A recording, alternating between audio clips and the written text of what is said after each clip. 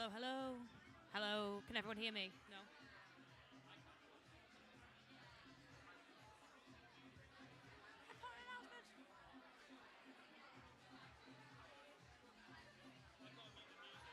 Yeah, it's all right. Hello, everyone. This is a very important announcement. The bar is about to close. So if you are getting a drink, get one now because it's going to be like closed for an hour. So you've got like a minute.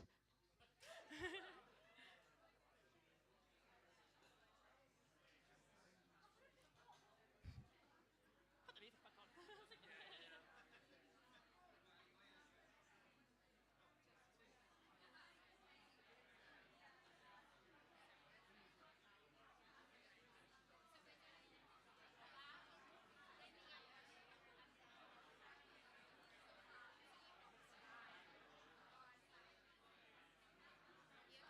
I'm well. You okay?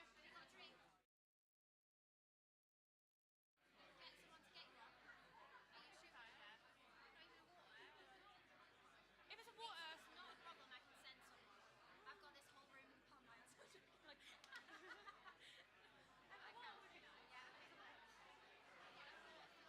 Roxy, could you please get a water for Maya? A water for Maya. I'm fine. Just Maya. Thank you. I love you. Oh. Angel. Yes, you can move him. Where's the documentary have a name? So it's called The Journey to the Wrong Side at the moment, and it's like a mini series just about how it was made. Nothing like Dua Lipa documentary. I love it. Sounds very fancy. I just had like 4 slices of pizza. I think 1, 2, 3 pizza. Oh, it's fine. Yeah, get it when it's there. Absolutely that. My friend about that. One of my friends is gluten free, and I was like, shit. Yeah, I said to my friend Maddie, I was like, right, here's 2 more slices.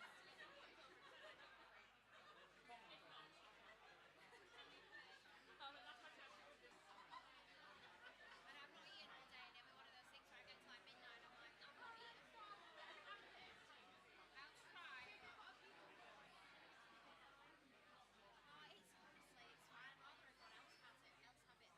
Same with the drinks. I'm like, I'm Diet Coke, and I'm like, have a good time. I'm like,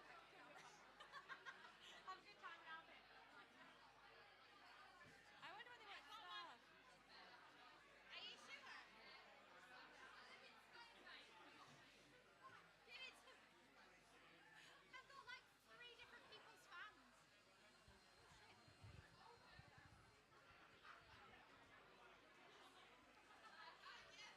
Hello, everybody. If you could gather around the stage because tonight's proceedings are about to begin. My name is Maya Beth. Nice to meet you all. We are all here to celebrate Grace. Woo! Literally the best woman ever. And before we have a little bit of a Q&A, and she does a live performance for you all, she has got a little documentary about making the album that she'd like you all to see. So please all watch, cheer, cry, whatever emotion.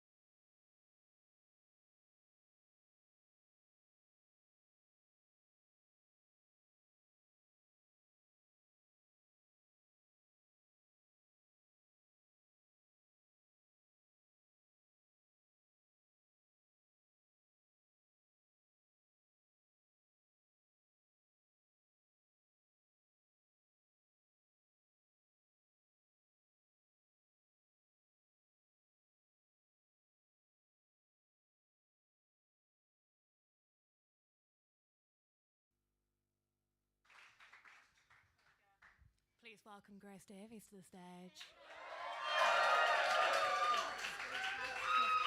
Sorry, baby. Hello. Why is this mic pointing to my vagina? I'm going to have to bend down or shout. Scream. Hello, everyone. Thank you for coming. Really weird seeing that as well. So dramatic, X Factor VT style. Is that too thin? Yeah. Sorry, that's really kind. I'm just gonna move this up. Okay, I'm gonna let you talk because I don't know what to say. Brilliant, because I do. I've got lots of questions prepared. All we're going to do is basically talk about the album. I want to start off with knowing, what is the first lyric from this album that you remember writing? So, I guess because A Wonderful Boring Normal Life was written before I even knew that I was going to make an album, and I sort of said it in that there, but it's the song that brought me back from quitting, and I felt like that for quite a while. Being an indie artist is really, really hard, as you just saw on the screen. So I kind of discount that one, and The Wrong Side of 25 is what made me want to make an album. So I would say that one because I knew I had the album title before I had the songs. So kind of slotting that into 25 and The Youngest I'll Ever Be was kind of came before everything in a way. Yeah.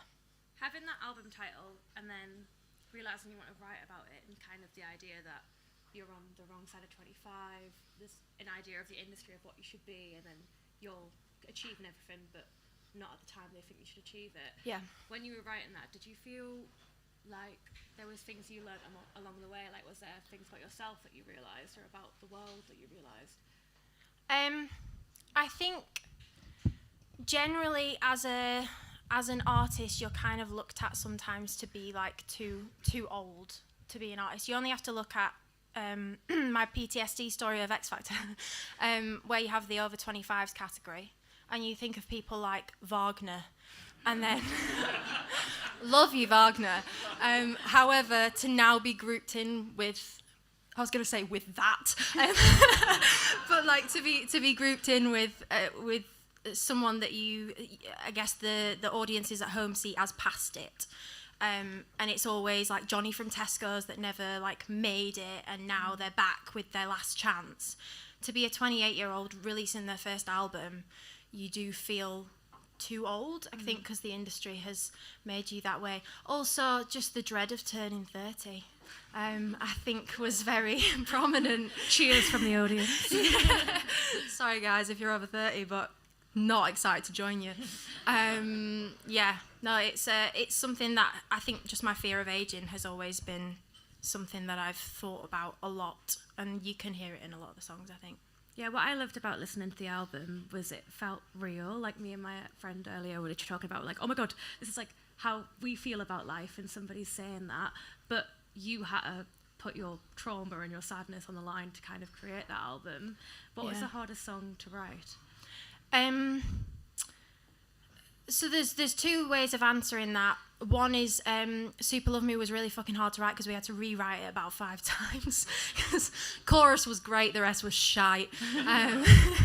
So that was hard. But I think Youngest I'll Ever Be, I mean, obviously it's... I keep saying that one is like an overture. And it's just, if you listen to me, then it's like, here's what I've been going through. And then if you've never listened to me before, it's like, here's everything about me, and I'm you're my therapist, and I'm just gonna give you everything, and no, I'm not gonna pay you for it. You're actually gonna pay me. But I think that one was hard, but then in a way also easy, because it's like writing a diary, and I'm not a big talker, so to be able to put my feelings and my thoughts into something where I don't normally share them with my friends is quite nice, and then to see the reception to that song, particularly on album release day, of like people being like, I relate to this and I therefore feel less alone. I think as a songwriter, that's the only thing you could ever wish for, is for you to feel less alone as a writer, and then another person who's going through the same shite that you're going through to be like, thank you for that, because I felt really alone in it.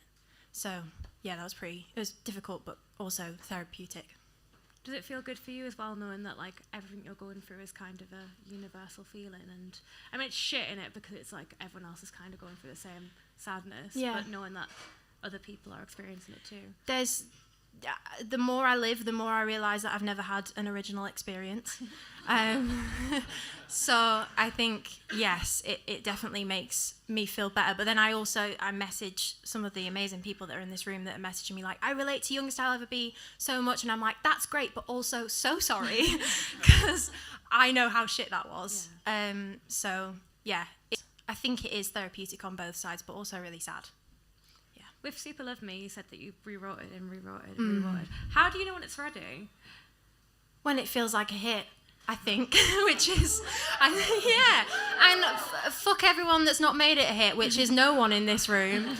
But that song is ridiculous, and I knew it from the day that I wrote it. And Nick's here and Paul's here, who I wrote it with.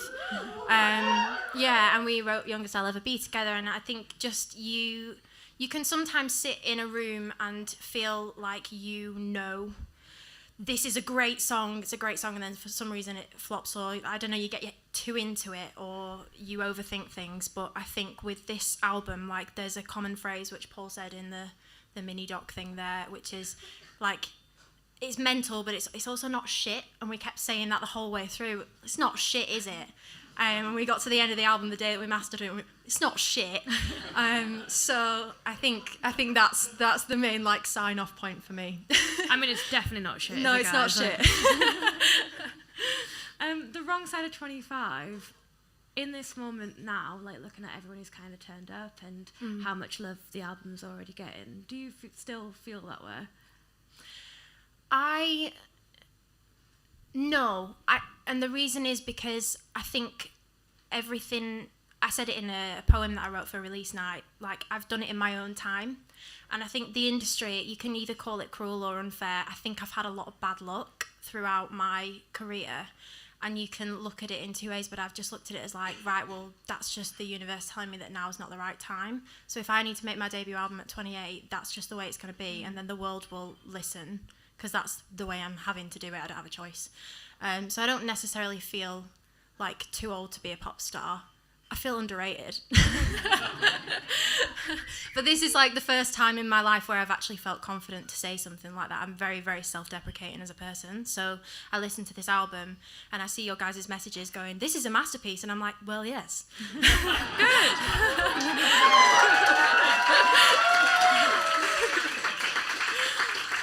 Yeah. If you could go back to like TV talent show you and give them one bit of advice about success, what would you say? Don't trust Simon Cowell. No, I'm joking. I'm actually joking. He's really nice, which is so annoying. No, I think, it's easy to come off a show like that, particularly when you get like overnight success and just think that you've got it sorted. Like, I was very lucky on that show that I went on singing my own songs thinking I'll probably just get past the first couple of rounds and then anyone who liked me will just follow my journey from then. I never for a second thought that I would get as far as I did. And then obviously to get signed to the label and stuff. So it was very easy to not let it go to your head, but to be like, I'm sorted, I'm cool. And then life hits you very hard and fast. So I think I would just tell myself, prepare for the worst at all times, which is what I do now. Which again makes me a bit of a negative Nancy sometimes, but anything that happens that is great is always a nice surprise. Has your idea of success changed at all? Yeah, because I think 10 years ago I would have seen success as having a swimming pool in my back garden and a house in LA and a house in London and a house in wherever else. What I really wanted is the blue hotel from Mamma Mia, but that hasn't quite happened yet. In time. In time, exactly that. And now I see success as like tonight, like the amount of people that have turned up. I don't want to cry, but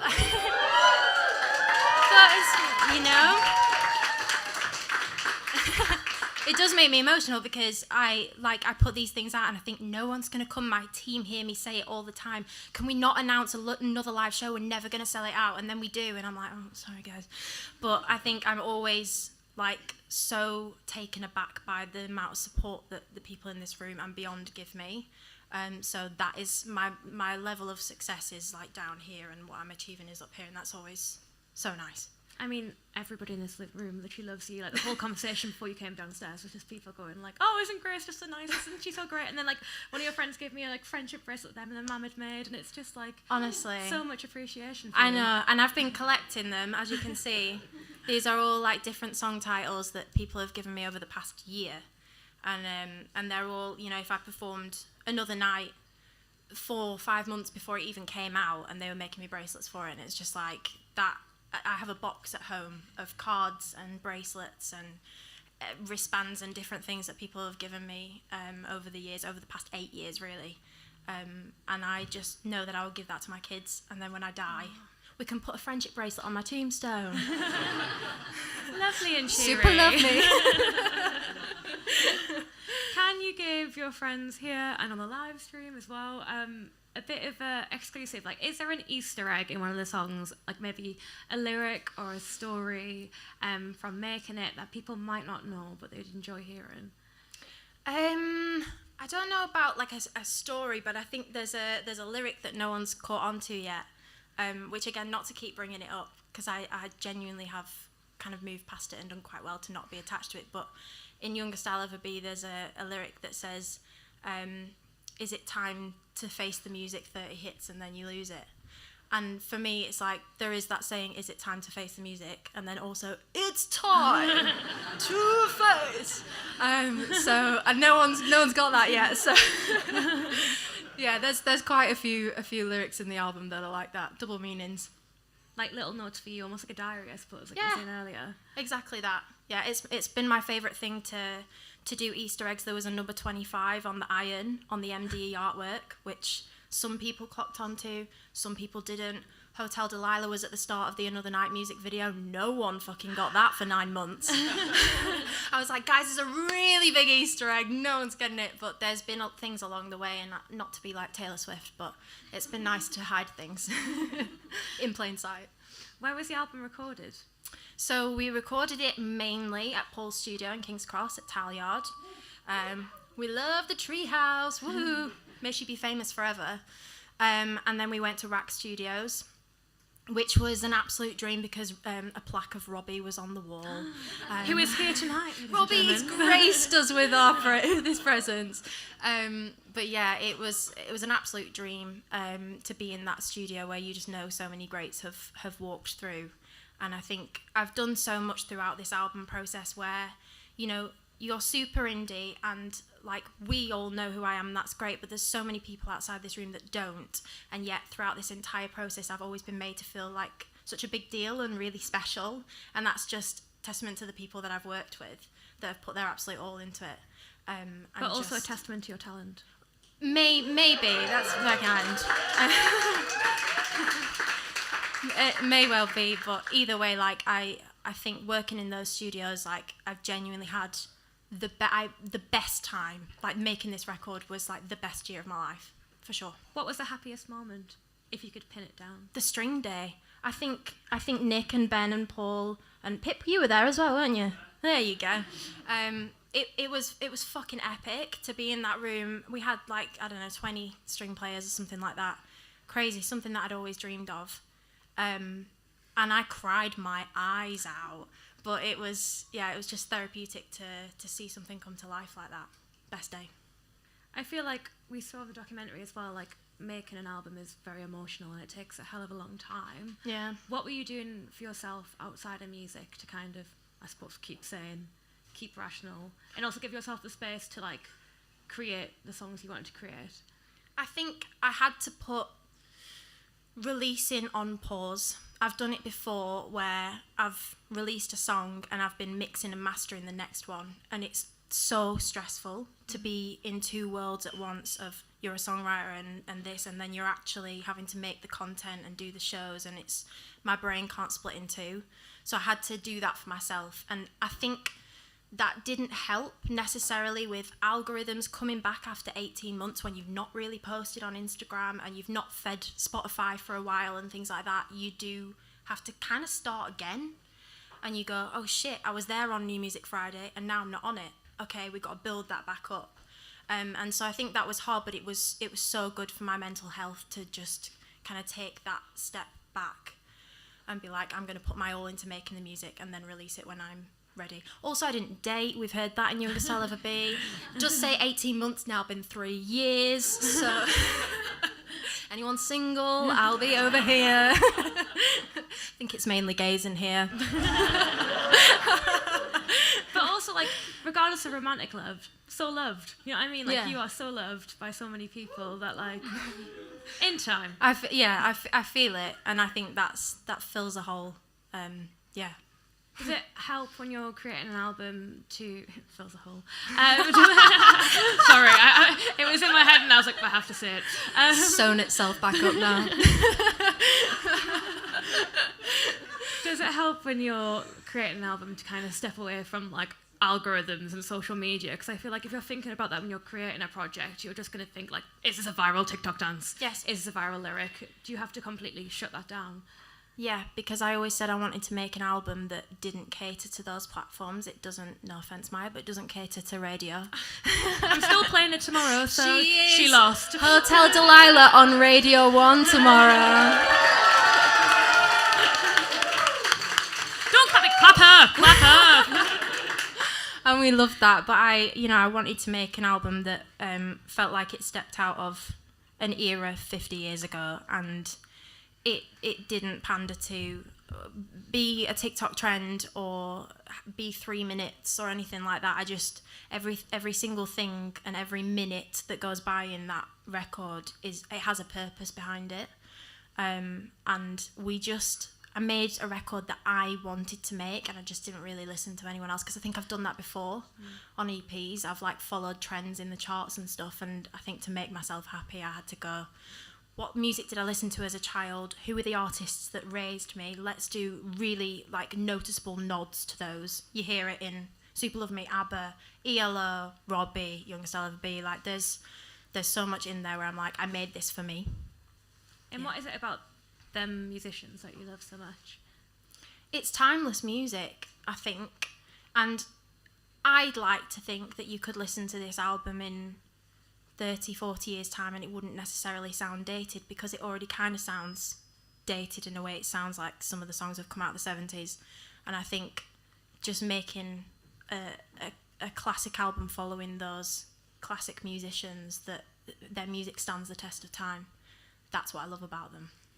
That was a really long-winded answer, sorry. Now it's out in the world, how do you feel? How did you celebrate when it first came out, and how do you feel now? So I went to Rick's, Manager Rick. Can we have a massive applause for Manager Rick?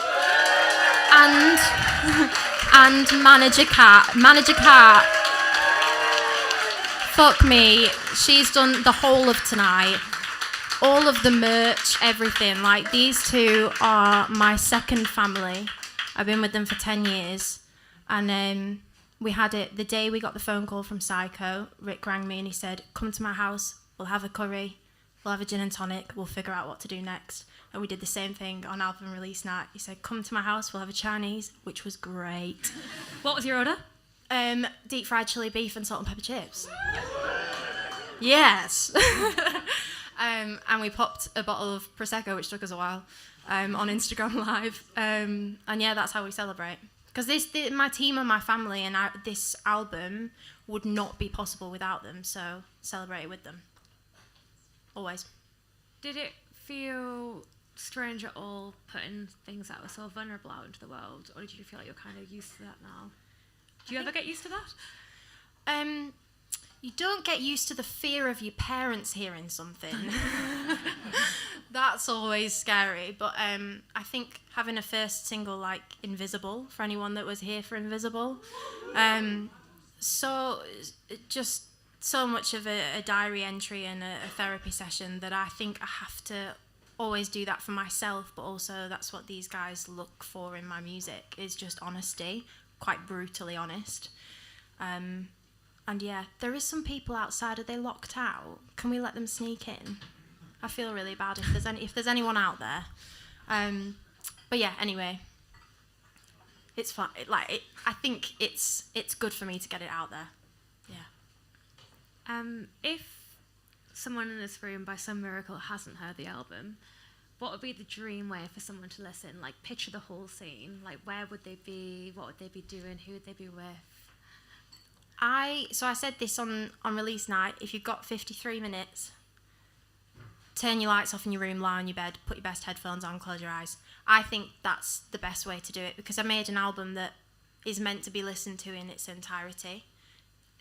It's got like a bookend thing with Youngest I'll Ever Be and 25. Was the whole order important? Yeah, it really was, and it was hard, wasn't it, Paul? Wherever you are, it was hard to choose the track order. Jesus, and then the curveball of writing MDE 6 months after we'd mastered it. I was like, for fuck's sake, because then we had to change all the timings and the gaps between songs, and you know, it's everything is thought out to the T. But yeah, it was difficult, but we've made a journey that. It has been nice to receive messages where they're like, I can see why you told me to listen to it in its fullest, because now I don't want to do anything but that. So it's good. And speaking of receiving messages, earlier today you asked your fans for a few questions. I've got a few here that I particularly loved. Who is the male voice in Butterflies? So it's Ben. Ben.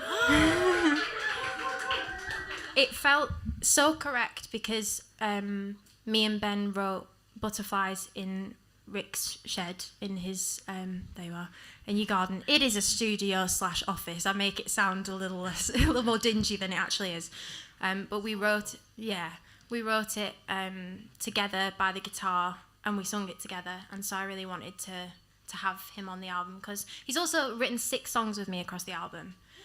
So yeah, it's been a proper mini team, and yeah, it felt very important for me to always have those people that have got me to where I am to be involved with stuff, like the people that have played on the record and now my band.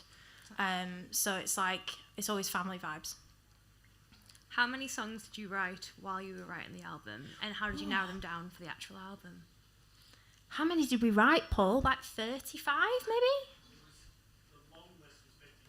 Oh shit, right. 52. And she's going to perform them all tonight. Yeah. It was hard. There was songs called The Wrong Side of 25 as well. Like I really wanted to work that in somewhere, and I was very picky. But what I really didn't want to do, which is what I've done before, is pick songs from a batch I wrote in 2018, and it feels like all of my EPs have just been me going, shit, I need to get something out quickly, let's just pick something that I wrote 4 years ago that I don't really relate to anymore, doesn't really feel like me. So that's why it took so long. Thanks for being patient. And we had to get it right. What was the second half of the question? It was, how did you narrow it down? Oh, with great difficulty, towards the end, there's obviously some standouts where you're like, well, Another Night, duh. Super Love Me, duh. But what's like, your favourite song? 25. I love Super Love Me, and maybe it's just because it's a single and I'm sick to death of it now, in a loving way. I've always loved 25, I think, lyrically, and just the way that it surprises you, and the way that it feels like my thank you Wembley and good night moment, which I may never get to have in my career. I love that that's on my record for me. But yeah, Lonely Long Enough was the last one to go on there, which is weird because it's got some proper stands. But I wasn't that arsed about that one. Now I love it. Production helped. Do you think there'll be a deluxe album? Oh. It's a good question. You run out of money. If everyone buys merch tonight, then maybe there'll be a deluxe album. Buy a vinyl. Maybe. I mean, there's some songs on there. There's some that we've performed at shows. Anyone who was here at Forge shows over the past year? Yeah. Okay, we did like a run once a month. It was a really tiny room of about 30 people, and we were just testing out some songs. And there was some songs on there that we performed that people were like, why is it not on the album? So I think maybe at the moment, I'm like, someone commented on my Instagram the other day when I was like, my album's out, and they were like, I really want you to release Hesitate. I was like, fuck off. Just dropped an entire album. It's taken me 3 years. Leave me alone. But yeah, maybe. There's some good songs hidden there, actually. Yeah. I feel like I'm being teased. Yeah. I don't know. We'll see what happens. Okay, I've got one more question from a fan before we hear you sing, which I'm all very excited for. I feel like we've talked about the music so much, but it needs a second to appreciate the music videos. They're all incredible. How did you come up with the ideas for each of them? Also, I love the little Easter eggs tonight I've seen. Yeah, have you seen the Grace Museum that we've got going around? There's like the Another Night outfit, the Super Love Me dress. There's a spare ear from the prosthetic ones that we used in the MDE music video. So, yeah, there's some bits over in that way. I think the music videos just generally come from things that we say day to day. So I think Another Night, I was saying I really want a kind of 70s old school, like Top of the Pops style music video, but I accidentally said Pop of the Tops. And so I was like, that's kind of slay, and then we're not going to get, no one's going to come, no one's going to sue us. So yeah, that was really fun, and I kept saying to directors, I want to do Pop of the Tops, and everyone kept telling me I didn't have enough money to do it, but we made it happen. And then Super Love Me came from a conversation that me and Rick were having on FaceTime, where I said I wanted something fun, but I didn't know how to make another performance music video kind of fun, and we were talking about things that you say before you go online, like, I'm really nervous, I'll just picture the audience naked, and I was like, well, weirdest day of my life. Yeah, how was that? I feel like we need to debrief. Do you know what? I've not really mentioned it online. I still need to do a post kind of like just noting everyone that was involved in that, but... How did you get... Was it like people who loved being nude, or was it people who would... like, do you know what I mean? Like, was it like nude artists, or they're like, oh, I'll be nude? I think there was a bit of both. Yeah. There were some people that was really, really up for it, which was, wild. There was also a moment where Oscar, the director, was like, oh, we're going to get a shot of everyone's bums wiggling, but like we'll clear the room for that. And I was like, all right, cool. So me and the band are on stage, and then the intimacy coordinator, which we had to have fancy, came over and was like, so we're going to do the nude shot now. And we're like, okay. So they're like, so everybody prepare. And then they just all derobed. And we're like, I can see cocks and tits and balls and everything. And I was like really trying not to make eye contact with anyone. And we had to perform the song 4 times. Everyone just completely naked. Because obviously the camera gets the arse, so I get the cock. Not complaining, it's been 3 years. But no, it was wild. But I think, and same with MDE, right? Like, oh, this guy that's been chewing my ear off all night, and then you think, well, you could actually do that in a music video. So I wanted everything to be quite literal. To round that back to the actual question. No, I feel like, how did it feel to live that hellscape of a dream where people are like, oh, just picture the whole room naked? Is it as bad as it seems, or is it okay? It was actually really fun, because everyone that was on the set that day was an absolute legend, because you could not pay me enough money to get naked in front of anyone. So again, it's been 3 years. But I just completely applauded them. And they made us feel comfortable as well. They were like flirting with each other and everything. It was hilarious. Imagine a like Grace Davies romance. No, how did honestly, you meet? Grace's Love Island. Yeah, exactly that. Set of Super Love Me music video. Yeah. Oh, I love it. Thank you so much for having a chat. And now we get to hear you sing, which is even lovelier, right? Thank you, Maya. We love Maya Beth.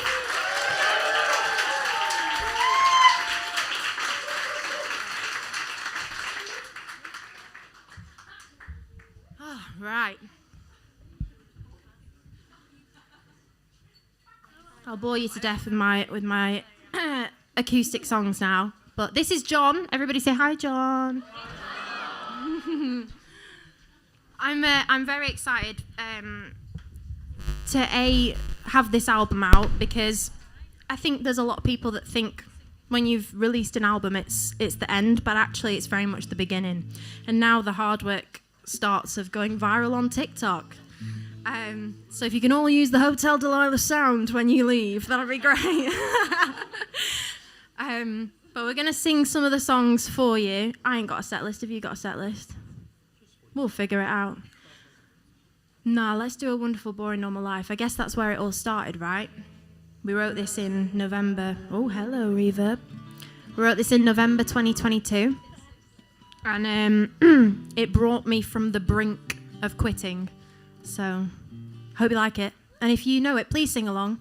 Because this time you didn't pay to hear me sing, so give me my moment.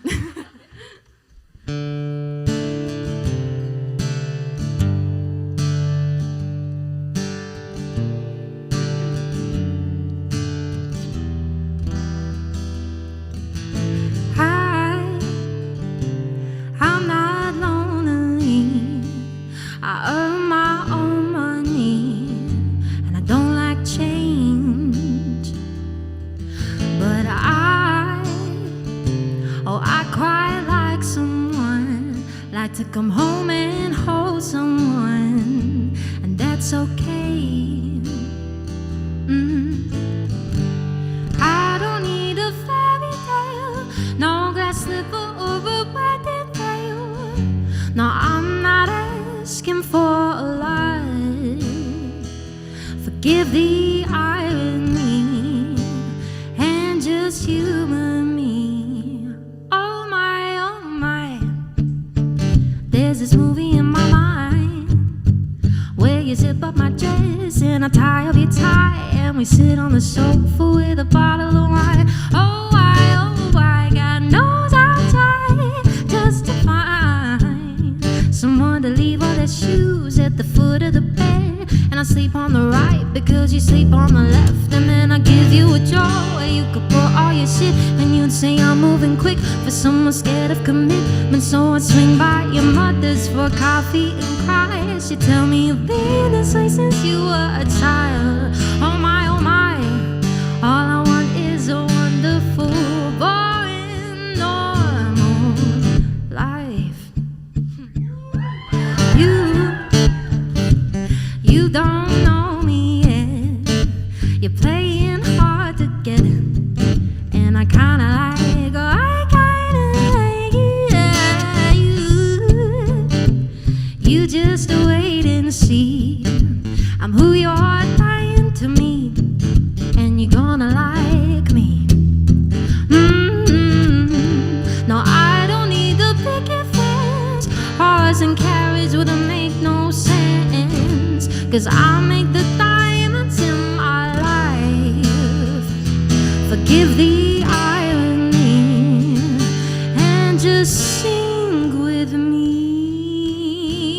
Oh my, there's this movie in my mind where you take off my dress and I rip off your tie, and we on the sofa all day and all night. Oh why, God knows I'm trying just to find someone to leave all their shoes at the foot of the bed. And I sleep on the right because you sleep on the left. And then I give you a drawer where you could put all your shit, and you say I'm moving quick for someone scared of commitment. So I'd swing by your mother's for coffee and cry. She'd tell me you've been this way since you were a child. Oh my, all I want is a wonderful, boring, normal life.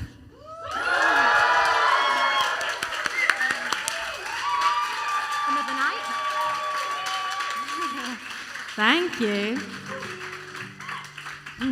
Oh, I'd love me Coke. Oh, thank you. That's a drink, by the way.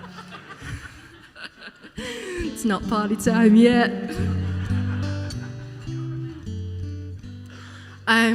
There's karaoke booths upstairs, by the way, guys. I'm so excited. Who's doing rock DJ with me? They've got my songs on as well. Don't feel obliged, but also feel obliged. If I walk in and you do another night, I will join you. And on that note, we will do another night.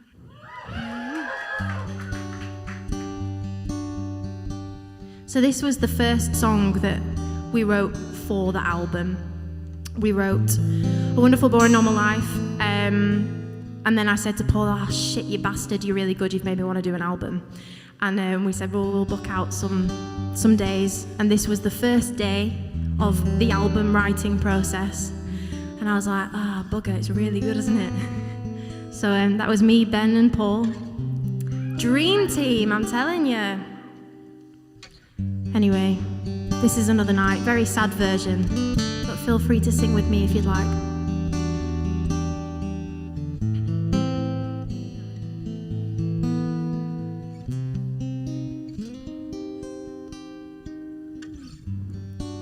I got emotional last night.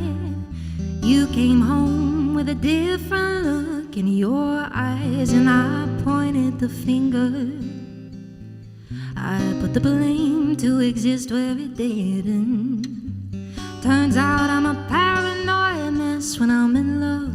Sit me down and you tell me you've had quite enough, and you look like you mean it. You said it before, but I've never quite seen it. Wasted time now, terrified that I could lose it all, lose it all.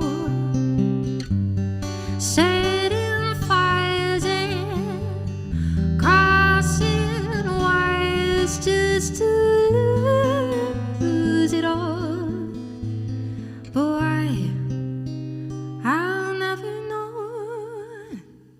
You're letting go of my hand. You said that you'd never leave me. Can we start over again? I'll be better this time, believe in me. Why don't you put up a fight? I don't need you to go easy. Just give me another night. You don't need to forgive me. Just give me another night, another night, oh, another night, another night, oh, another night, another night, oh, another night. I throw my eyes to the ceiling, I shout out and I scream into the dark of the night, but the silence is deafening. Guess it's better than the turmoil I'm recollecting. Clothes in a suitcase and he's straight out the door. It's on the news that there's one hell of a storm in store. It's getting personal and I'm past emotional. I'm on my knees, I'm so damn weak, he's letting go of my hand. You said that you'd never leave me. Can we start over again? I'll be better this time, believe in me. Why don't you put up a fight? I don't need you to go easy. Just give me another night. You don't need to forgive me. Just give me another night, another night, oh, another night, another night, oh, another night, another night, oh, another night.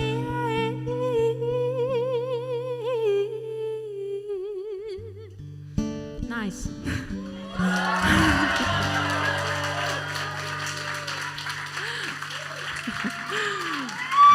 Thank you. I didn't know when that was going to end. What have we got? Do you want to do the one that we've never done before? Just to make things really hard. So I chatted a little about this earlier, but MDE is a song that I wrote that I didn't ever write for myself. It was me, Ben and Paul again, here we are. And album was done, we mastered it in March, which is like the last step of music, and it was sat on my hard drive, and it was just after A Wonderful Boring Normal Life came out, and I was like, I think I'm in the mood to write. Let's write something fun, let's write for someone else, we'll pitch it. I sang it in an American accent, it was never supposed to be for me. And And then I would say that this is the most fun I've ever had in a studio. That and Hotel Delilah, which we just pissed our sides at, right? And that song is pure filth. But MDE was really fun. And I'm glad that you guys liked it because it's so different to what I've done before. So thanks for, what's the word? I don't know, letting me get away with that. This is MDE.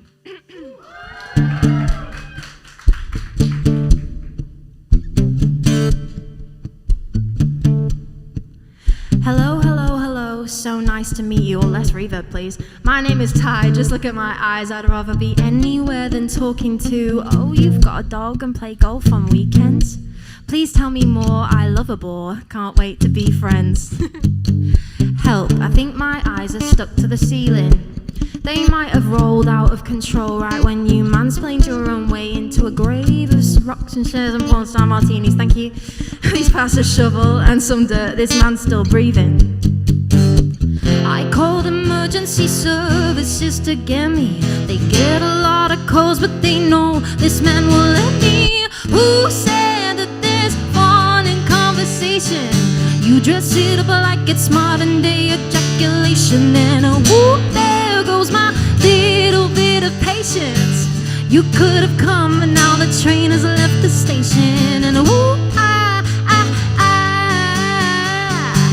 la la la la la la. Well, goodbye, auf Wiedersehen, arrivederci.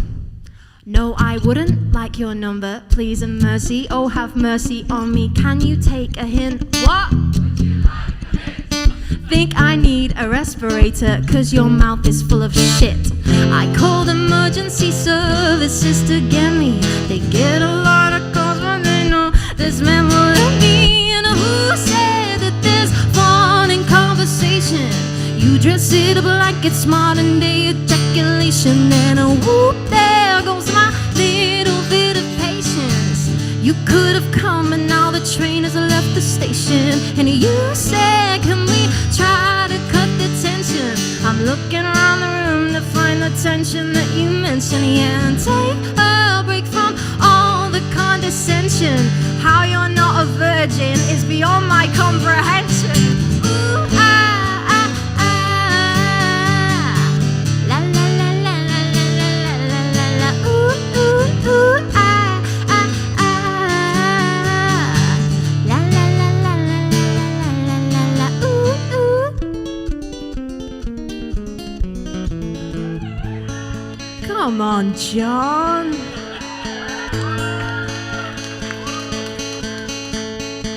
All right, London, are you ready for a little bit of audience participation?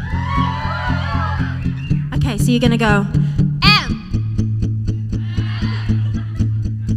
D, E, but do it on beat, ready? M, D, E, M, D. Keep it going. Emma got a call on her phone tonight from a divorcee on an E-line bike. He's done a lot of coke in an old bar one. Yeah, there's someone home, but the lights aren't on. I know that she's tired and she wants her bed, but she can't say no to a fuckboy's text.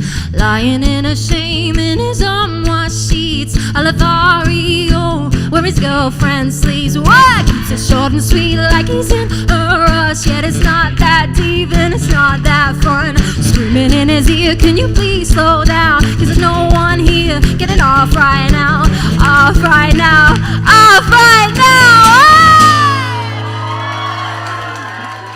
God. Who said that there's fun in conversation?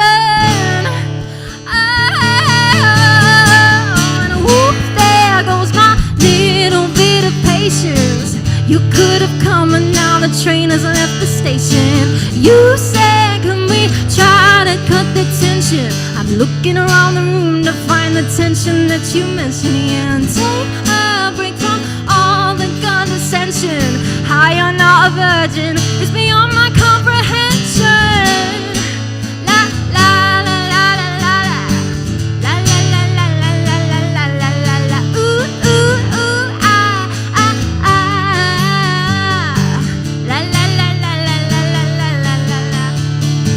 Okay, class. Shall we teach them all what we've learned in school today? Well, that's right. And while I've got your attention, never trust a man who's out in Canary Wharf with a strawberry daiquiri or something like that.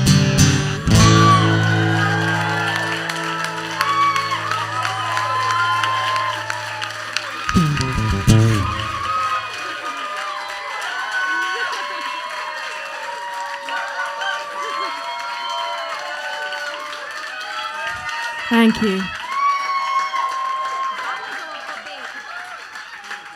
Okay. Well, thanks for that. That was really fun. If you've not got tickets yet, I'm doing a show in November at the Jazz Cafe.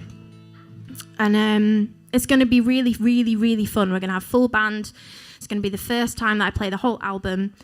So if you're free on 6th of November, something like that. Fact check later. Paul's giving it the nod. Please get a ticket. It'd be nice to see you. But I'm just about to bring it down. I'm really sorry because I should have done these the other way around. But there's a song on the album called Butterflies. Do you like it? Good. It's about my grandparents and their battle with Alzheimer's and dementia. I say battle, but you know, it's something that affects a lot of people, and it's a really lovely tribute to them. So I'm glad that you like it. And me and my mum were having a conversation over the weekend about that song and just the fact that, you know, their memory lives on, but also that song will outlive every single person in this room. And I love that for them. So this is Butterflies.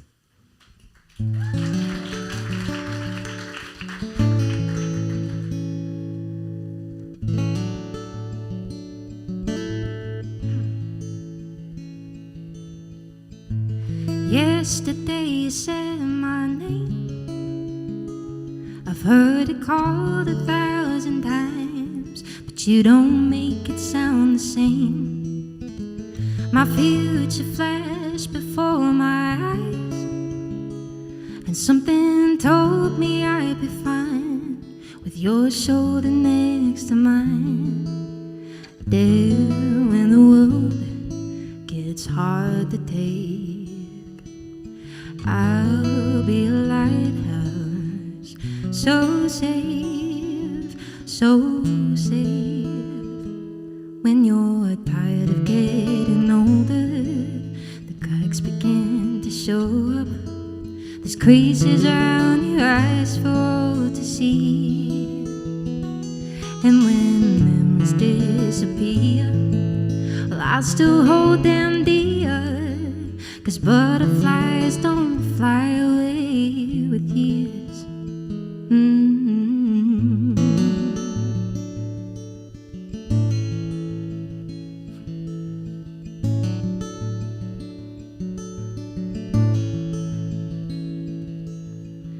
Today you woke me from a dream, but how could I ever be mad when you're the first thing that I see? I went downstairs and made you tea. When you forgot and it went cold, I replaced it secretly.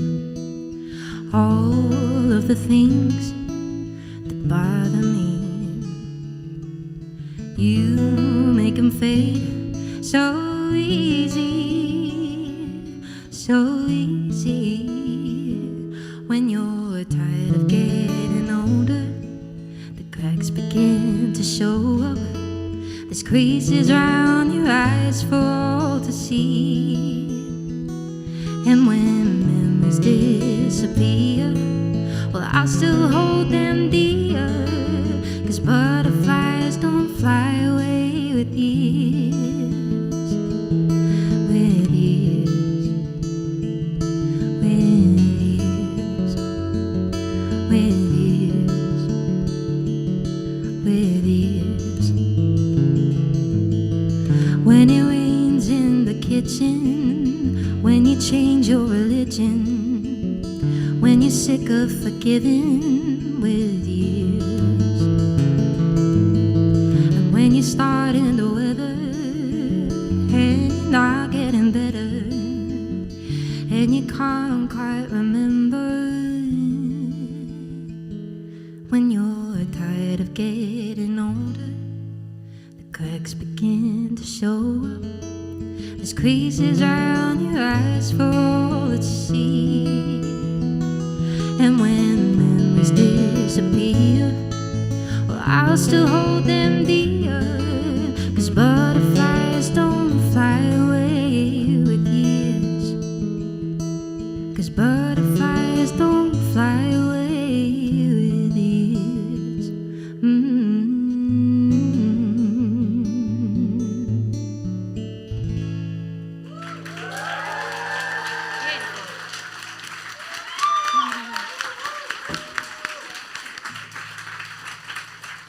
Thank you. We'll just do one more song and then I'm going to open the bar because I know you're all gasping. So am I. I just wanted to say to anyone that stood in this line with me here, you can see me outside. It's hilarious. This screen is on the window, and every time I look outside, I'm like, jump scare. So we're going to finish on a song that really brought this album to life. I can't thank you enough for the reception on this one. 500,000 streams in a week. Woo! Pretty ridiculous. Release day, just ringing Rick at about 3 o'clock, and I was like, we've got 50,000 streams, it's only 3 o'clock. It was fucking wild. Way surpassed Roots, which I never thought would happen again in my career. So thank you. And before I go and get pissed with you all, just thank you for being here. I know it's really crowded and really hot in here, but it means an absolute load to celebrate this album with the people that have brought it to life. Look, it's release week. If we don't buy albums and buy merch now, physical merch, then we'll never have a shot at any sort of indie chart or anything like that. So if you're feeling generous, let's try and make it happen. There's vinyls, there's CDs, there's cassettes, there's iTunes downloads. It all counts and all matters. But thank you either way for being here and spending this evening with me. I'll never, ever, ever forget it. This is Super Love Me. Thanks so much for humouring me.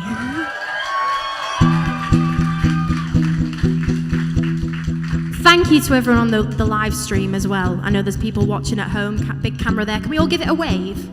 Ah, yeah. You all right, love? That'll be me mum at home. When did you change your mind? Where were the warning signs? Did you wake up and decide that goodbye was too much effort for you?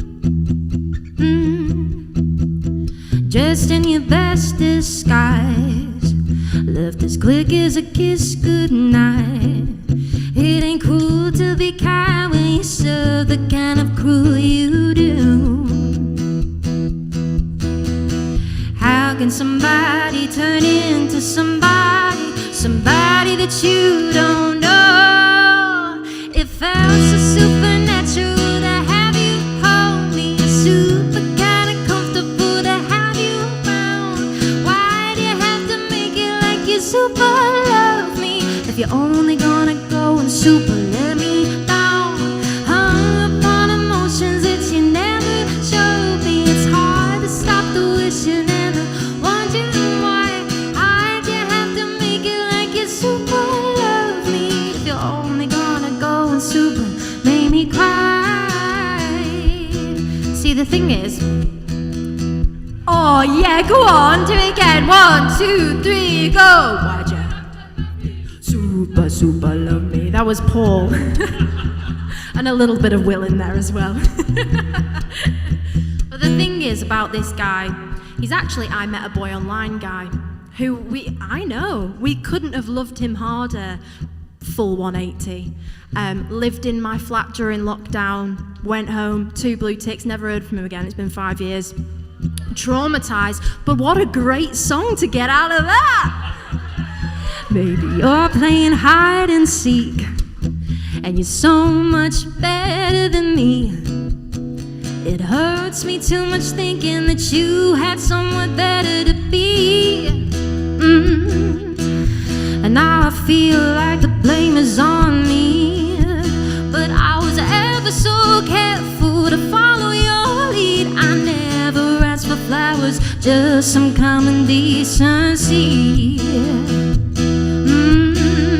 And how can somebody turn into somebody that you don't know? It felt so supernatural to have you hold me, super kinda comfortable to have you around. Why do you have to make it like you super love me? If you're only gonna go and super let me down, hung upon emotions that you never showed me.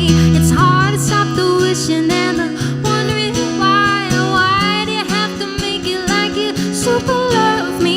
If you're only gonna go and super make me cry. My misery, misery loves company.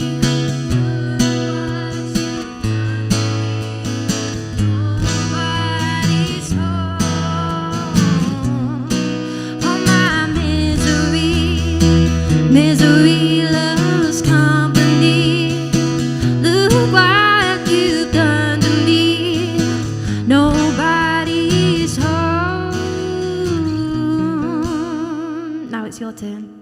It felt so supernatural to have you hold me, super kind of comfortable to have you around. Why'd you have to make it like you super love me? If you're only gonna go super let me down, hung upon emotions that you never showed me.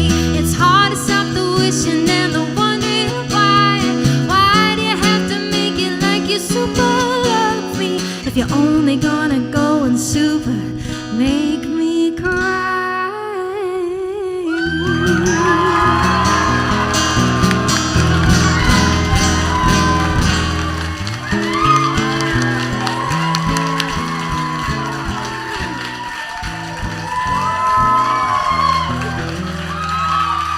Thank you so much, everybody.